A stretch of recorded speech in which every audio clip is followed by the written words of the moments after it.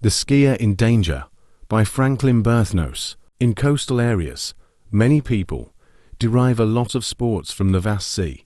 Some people make racecourse of the shore. Some make volleyball courts of it.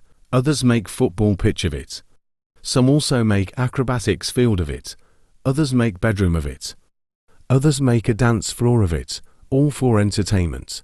Some people use the sea for fishing, bathing and skiing, surfing. Some extract salt from it.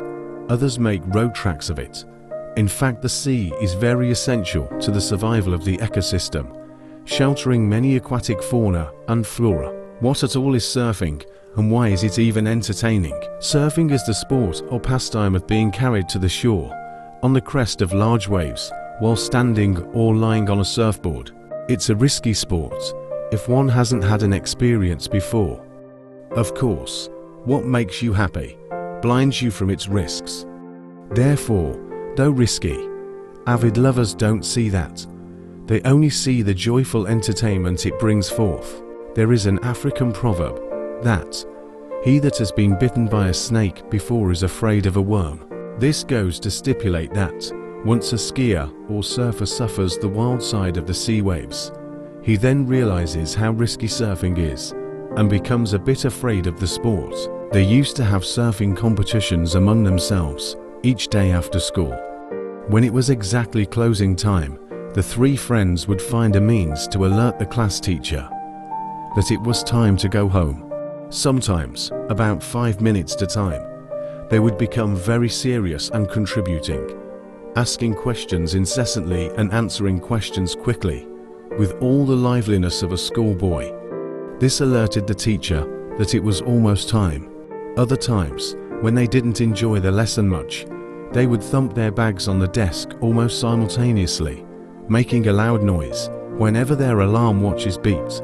Rarely, they would start singing their closing song, and soon the whole class would join in. This always angered the teacher, so they seldom employed this technique.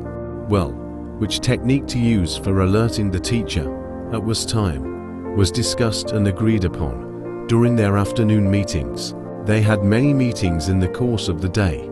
The morning meetings were for throwbacks, the afternoon for plans, and evening was for crying and laughter.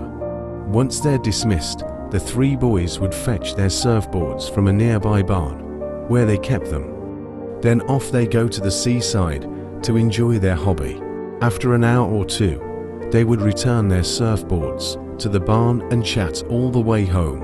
Sometimes they would quarrel, thrash one another till they all cried, and then quarrel again while crying to resolve their issue. Soon their cries would turn into laughter. In this way, they went home every day. The next morning, all their conversations would be about how the race went the previous day, who was first the most and who was last the most, who was beaten by who cried first, who cried the loudest, who nearly forgot his bag on the shore, who said he would report the other to his parents, and who could do his homework, for they usually forgot to do their homework, so the one that could have time to do it would then give it to the rest to copy his work, a uniqueness of boys. If none did his homework at home, then that day they would be flogged for refusing to do their homework. They gave themselves names, well, nicknames of course. One was called the skier, another the beast, and the other the squid. One day, as the skier, the beast and the squid reached the shore, they beheld a few pelicans, spoonbills, flamingos and mallards, playing and making some harmonious and rhythmic sounds. They didn't want to drive them away, so they hid behind some coconut trees, sighting and admiring the animals. Occasionally, the birds would jump one over another, flap their wings against one another like they were fighting. The pelicans would spear some fish out of the sea, hurl them up in the air, and receive them into their baggy throats. It was a beautiful sight to see. They watched the birds for a long time, until the birds finally flew away. It was sunset already, so the beast suggested they went home and aborted that day's competition. The squid and the skier insisted they had the race, since each one of them was determined to win the most races that day. The beast gave in to their persuasion, and the race started. The skier won the first race and the squid won the second. Now, it was left with one last race, to decide who gets mocked till he cries home. Each of the squid and the skier was the most determined to win the race. The sky began to darken, engulfing even the orange-colored light from the sun. The race was heatedly ongoing. Unfortunately, there was a clash between the two determined racers due to poor vision from the dimly lit atmosphere. The skier vanished at once, whilst the squid proceeded to claim the win, but he was outrun by the beast. In the end, all three friends won a race. On reaching the shore, the squid and the beast waited for the skier, but he never returned. After a minute, the squid recalled the clash and told the beast that he hadn't seen the skier after that. Meanwhile, the skier was struggling to survive in the sea. He was shouting for help, but he himself couldn't even hear what he said. He groped for a hold, but no one can hold water. Fortunately, he had learnt how to stay afloat in water, so he didn't drown. He kept paddling his legs and arms. That way he wouldn't drown. But that wasn't enough to keep him afloat for a long time. Soon, he became hopeless out of exhaustion. He said his last prayer, made his wish and gave up paddling.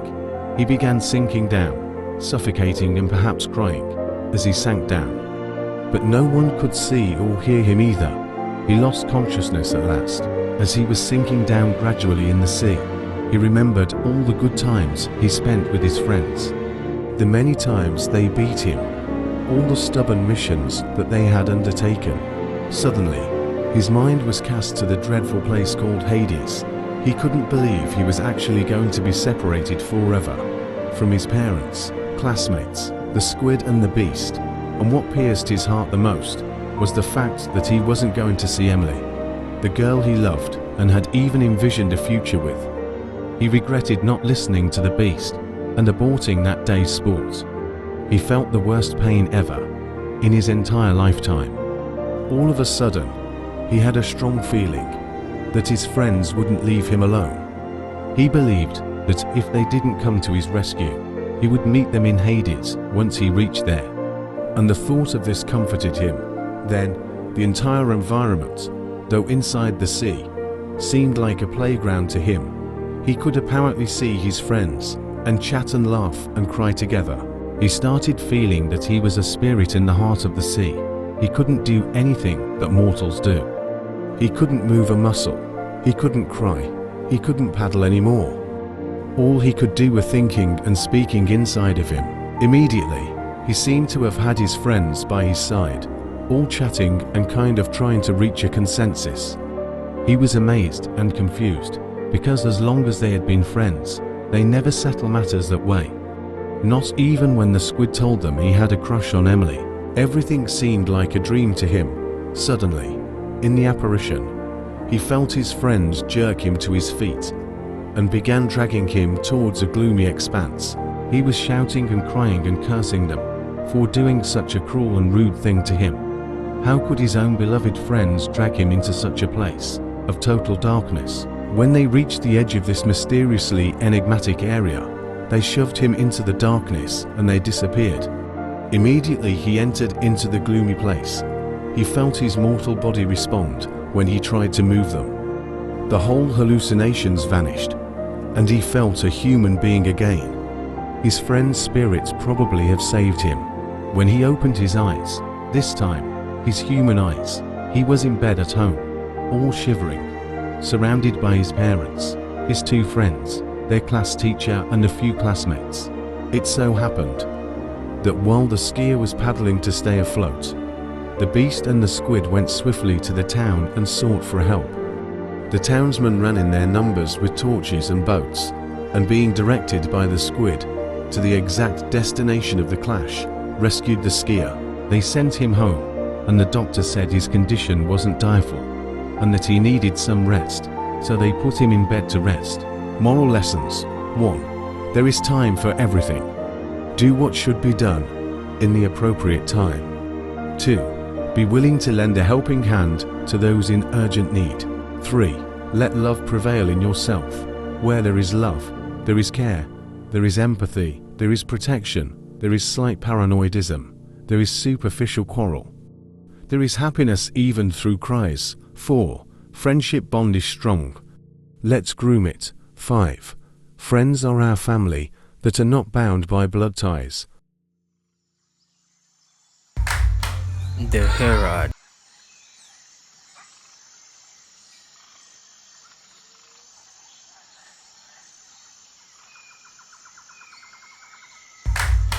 The Herald.